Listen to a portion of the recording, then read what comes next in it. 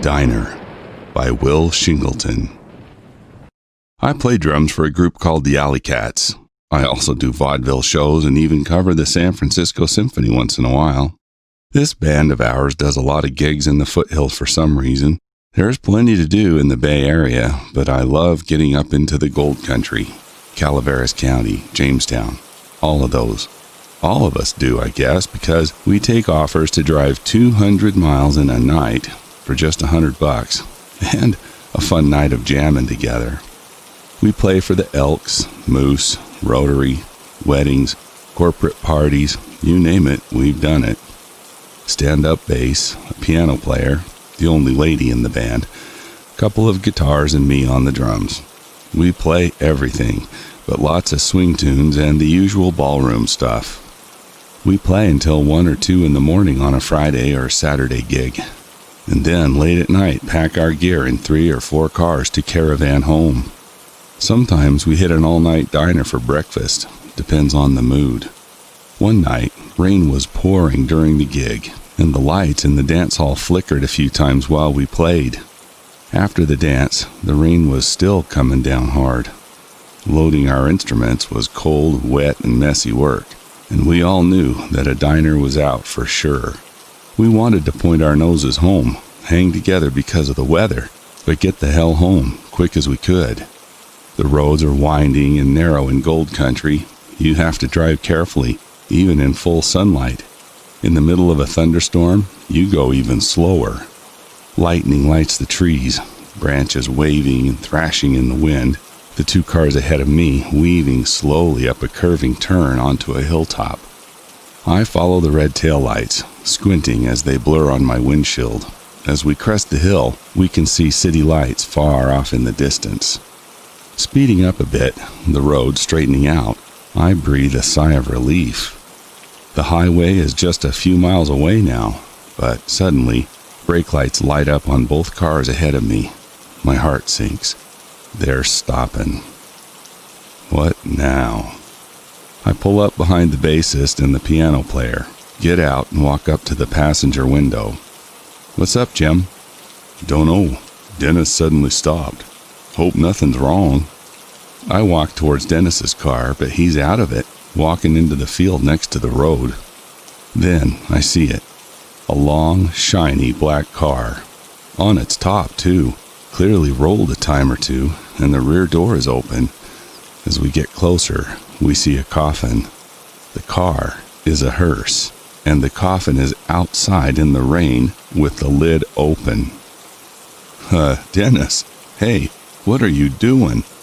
We gotta check this out, Will. There's a man sitting on the side of the coffin.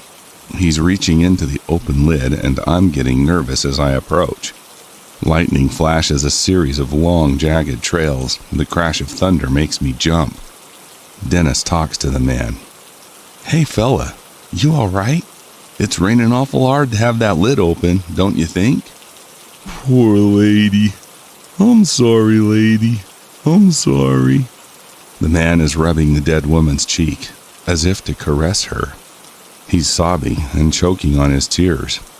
Very drunk, and the scene all makes sense now. He's been drinking, so he wrecked the car. He has a case of conscience, so he opens the coffin. Maybe it was ejected by the force of the crash. The woman inside has slid way up, towards the head end of the coffin. She almost looks like she's sitting up. I'm stunned, planted where I stand. The lightning flashes and I jump again when the thunder follows almost instantly behind it. Dennis talks again. "Come on, pal. We gotta get you some help. Let's go. Come on. Come with me." Dennis helps the driver stand up and starts back towards his car. I swallow hard, approaching the coffin. Lightning flashes on the woman's face. It moves in the light. In the flash, she looks angry and accusing. Then in the dark, she looks passive but angry, furious. I chalk it up to imagination, walking quickly around to the back so I can push down the lid. Anxious to get back to my car, I push, then push harder, but the lid won't budge. I really bear down on it, my hand sliding on the wet metal. Frustrated, I stop and think. There must be a stop, a lid support to hold the lid open. I walk back around the coffin and look at the lid near the hinge, and the lady's head is resting on the lid support. All I have to do is push the lid support back, and the lid will close. Will, son of a bitch! Sorry, what's taking so long? The storm is getting worse. Who you tellin'? Then I'm inspired. I won't have to touch the woman after all. You have to push back the lid support, then I can shut the lid. Dennis looks at the woman's head and the support, obviously realizing what I already know. He's going to have to lift her head off the lid support so he can release it. I push the lid further open so he can lift the latch. He shrugs and reaches in. Lightning and thunder crash together, seemingly just feet away, and the light makes the lady's features appear even angrier than before. Dennis shrinks back, but shakes himself and goes quickly to work, reaching behind her neck and pulling her away from the latch. As soon as I see it's released, I start to lower the lid. Dennis lowers her, lets go of her head, and it lolls to one side, towards us. Lightning again, just as the lid is moving down, and I swear, this time, her eyes were open, leering at us. I have never walked with less dignity than I do now, half running back to my car. Dennis is wiping his hands on a rag from his trunk. We drive slower now, the storm raging, wind howling so hard I think it'll remove the paint from our cars. The sky is a curtain of lightning in all directions, and we creep along the road, tired, afraid, and disheartened. When we see an all-night diner sign, I don't think anyone is surprised that Dennis signals to turn. Usually someone flashes headlights or toots their horn. This time I think we all know we need a cup of coffee and a stretch. Our guest, if that's what you want to call him, is sloppy drunk, so we order coffee all around and then start looking at the menu. When he's had a few sips, he's still moaning. That poor lady. Poor lady. It's all right, pal. Dennis is calling a road crew. They'll go and fetch her up. You're real sorry. We could tell, the way you were caressing her cheek and telling her sorry. What? Wait, what? I was touching her? He takes a longer sip of his coffee. Yeah, you kept saying how sorry you were. You were touching her cheek. I gotta wash my hands. Have the server bring me a new coffee mug, will ya? I gotta wash my hands. How you doing, folks? Decided what I can get you? Yeah, thank you, yes. Our friend wants a new mug for his coffee. He forgot to wash his hands, so he asked us to get him a new one. I'd like a couple eggs, bacon crisp, and some more coffee, too. All right, sweetie. The others order some pie, a burger, and one takes fries. Our friend comes back and says he just wants the coffee. There's more thunder, and the lights flicker in the diner. People murmur and heads turn around the room, looking from face to face. We all shake our heads as if to say, nope, never seen it any wilder than this. We're feeling a little better now, the food and caffeine taking effect. I'm about ready to saddle up for the final ride home. The hearse driver gets up again suddenly. I gotta wash my hands again. I can't believe I was touching her face. When he's gone to the men's room, Dennis says a cop will come at the diner.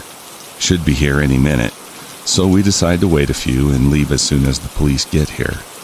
I look up to see a policeman walking in the door, and that's when everything turned white. The whole dining room lit up with a bright flash.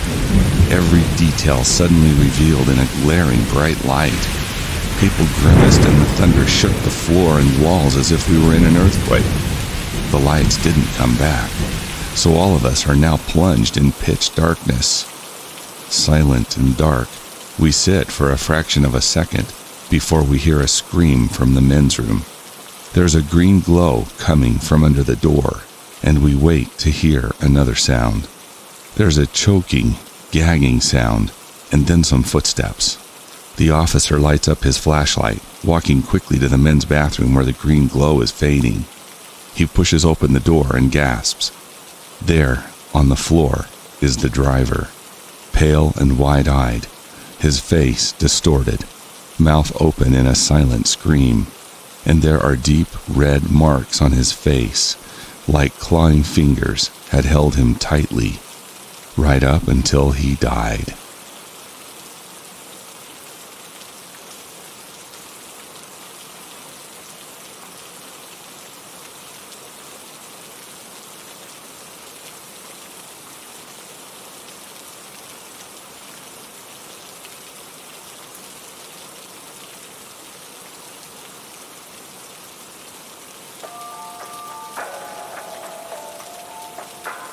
We hope you've enjoyed this podcast from Scario.com. Copyright 2020 Scario.com. Some content used with permission from various authors.